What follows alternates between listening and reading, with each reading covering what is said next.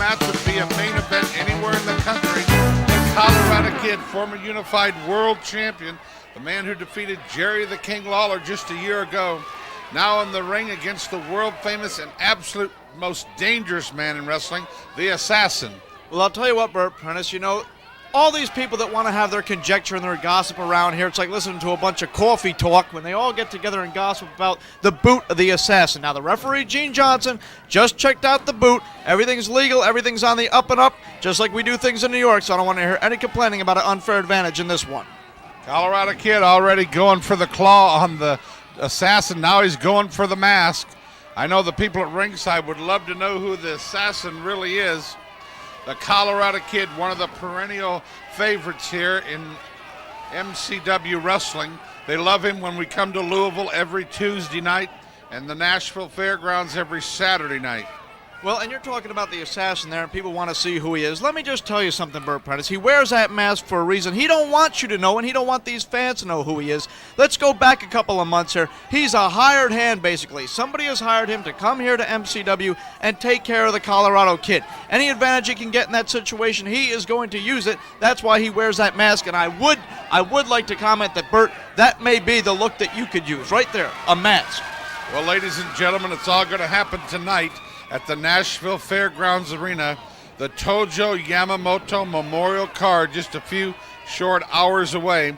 In the main event, 20 men will enter the ring in a Rumble Royal style in 1 minute intervals. And I tell you, we have some of the biggest names in professional wrestling in that, Paul.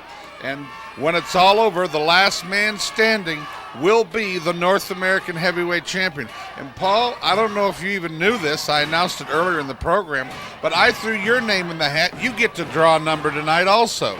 Well, while you're sitting here and these people there are going along with the Colorado Kid, he's getting these people all riled up. I know what you're trying to do. You're trying to get me out here all riled up. What you don't know, Bert Prentice, is I've had a bad back all week. My right knee's hurting in the middle of the week. My left one started bothering me. I got a split cuticle on my left hand on the index finger. I got all kinds of problems. I really, to be quite honest, don't think I'm going to be able to handle being in that match tonight, so forget about it. There he goes. He's loaded that boot. You've seen it, ladies and gentlemen. He's loaded that boot, stamped it on the mat, and the fans know it. I'll tell you what, I think he got his boot from one of these Tennessee women down here, one of these people that makes boots for Tennessee wrestlers, because one boot, from what the Assassin has told me, is a little bit larger than the other, just like the rest of these freaks down here, these mutants that have one leg shorter than the other, 2 arms, 3 eyes, one in the back of their head. The Assassin's boot, one's a little bit too long. Sometimes he's got to adjust it there so it fits right, and the Colorado Kid and the rest of these punks around here that like to take advantage of stuff like that don't get an unfair advantage. That's what's going on. There he is. Gene Johnson checked him out, and see, the Assassin has loaded that other boot. Well, the Assassin just showed him the same foot. Well, ladies and gentlemen, tonight also on that big card, Debbie Combs, or better known as Princess D from Brentwood, Tennessee, is in a match, probably the biggest match of her life, and I'm not telling her who it is because it's against Bert Surprise.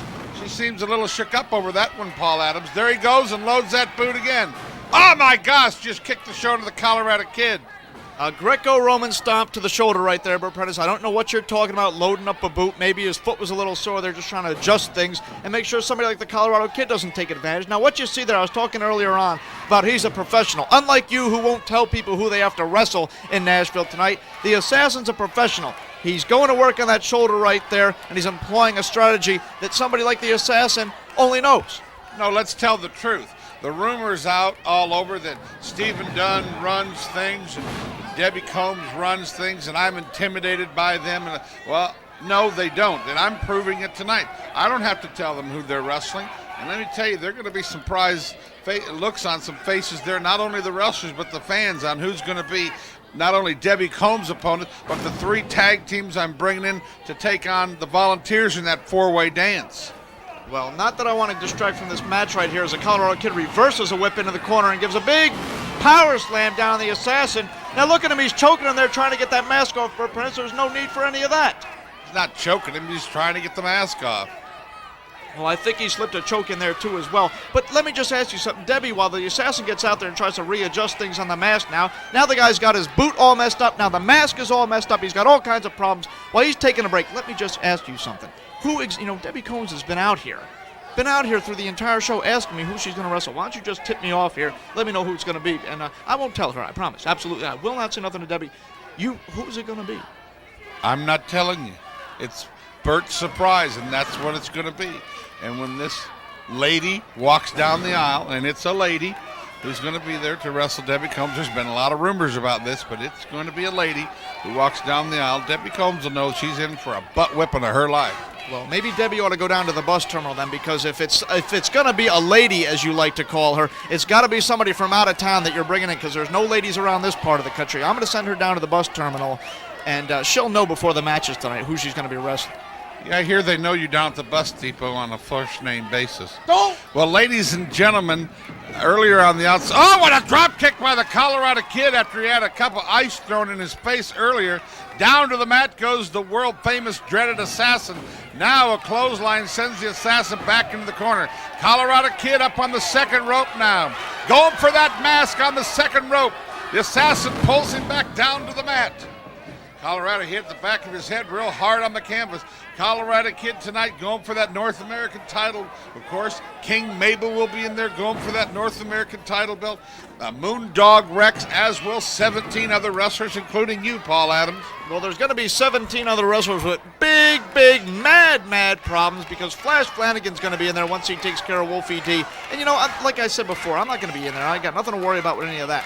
But the assassin, as you see right here, as I've been talking about the entire match, not only is he trying to make sure that everything's fair game in there, adjusting his own equipment, he tried to cool the Colorado Kid off there on the outside with a nice glass of water. The only way he got him to the mat there was by pulling his hair. And I was reading Pro Wrestling Illustrated Weekly this week, and Bill Apter has picked Flash Flanagan to win the North American title tonight. I was very surprised by that. Of course, you have three former North American champions in the ring: King Mabel in the Battle Royal, Wolfie D, and the Colorado Kid. There's three former champions who on any given night could win this. But I tell you, there's some sleepers in there, and I think a lot of people will be surprised on this Battle Royal how intense it's going to be. Well, absolutely it's going to be intense, but let me tell you about this Colorado Kid right here, that you're hyping him up a bunch. You've got these other people like Flash, and I'll give Wolfie his due. He's taken on Flash tonight, and he's still entered in that Mega Rumble. King Mabel as well. Why is it everybody else has to wrestle 2 and 3 times a night and then go into the Mega Rumble, and this Colorado Kid doesn't have the guts to take a one-on-one competition tonight before getting in that Rumble? That's an unfair advantage is what that is right there. Well, do you know for a fact the Colorado Kid does not have a match before the Royal Rumble? Well, then who's he wrestling? Well, that's none of your business. I'm not telling you guys nothing anymore. Every time I let stuff go out in advance, then you all set me up and Shanghai us, and it's like you're always hiding in the bushes or coming down the aisle, and I'm tired of it. And if you guys don't know how to be prepared, I'm going to take you off your game plan, and you're just as devious as the rest of them. Well, I don't know what you're talking about. You want to talk about devious? The Colorado Kid there a minute ago was choking Gene Johnson against the ropes. And if you hadn't gone again and tried to get the advantage of Gene Johnson and beat him up, that big suplex right there wouldn't be happening to him. That allowed the assassin to take advantage once again.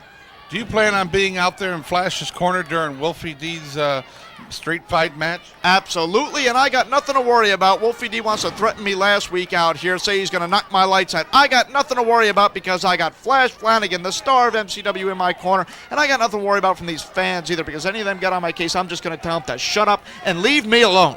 Well, Paul, you will be at ringside tonight, but I have a surprise for you during that match too, and I'm not going to tell you. What is that? Oh, nothing. What are you talking about? Oh, just please show up, because I have a surprise for you at ringside during that match. You're not going to interfere there. I tell you what, tonight is the night of the MCW fan. They're going to get what they pay for tonight, and you guys are not going to run roughshod over me, the fans, or anyone else tonight. It's the fans' dream matches tonight. Well, you want to talk about getting what they're paying for. I'm telling you what, this assassin's had this Colorado Kid going for most of the match, and whoever's paying him to come after Colorado may very well get their money's worth out of this one. You see him take over there. And this Colorado Kid's coming back. Now, that's a closed fist right there. And what is that to the top? That's a loaded I suppose elbow. you could, close the elbow. Sure, Paul. No, I said a loaded elbow to the top of the head right there. The only person loaded on this show is you, and that's with too much coffee. Colorado Kid now on the top rope. Oh, and he misses with that elbow. Just barely gets him. Looks to me like he barely glanced him. I think the Assassin is still stunned from the last maneuver by the Colorado Kid. There, he's calling for that claw, and there it is, the claw on the Assassin. And he's got his thumb in one eye hold of that mask and his pinky in the other. He's stabbing the guy right in the eyes. There's no wonder the Assassin's going out. Whoa, and takes a shortcut on the Colorado Kid. It's one way to get out of the claw. Yeah, a low blow on the Colorado Kid, I guess that would be a shortcut. Colorado Kid there laying on the floor. The Assassin taunting him. There he is, loading that boot. Now you see it right there. He loaded the boot right there. I'm sorry, I was getting a sip of coffee. What? Yeah. Now there's Shane Eden down there. Yeah, that is Shane Eden right there. Well, he sees the Assassin loaded the boot. Shane Eden has grabbed that foot. Colorado pulls him over. 1, 2, 3, count of 3, and the Colorado Kid gets the victory over the Assassin. Oh, Shane Eden, I don't know if you should have done that, though. Oh, my gosh, could you imagine having the Assassin mad at you?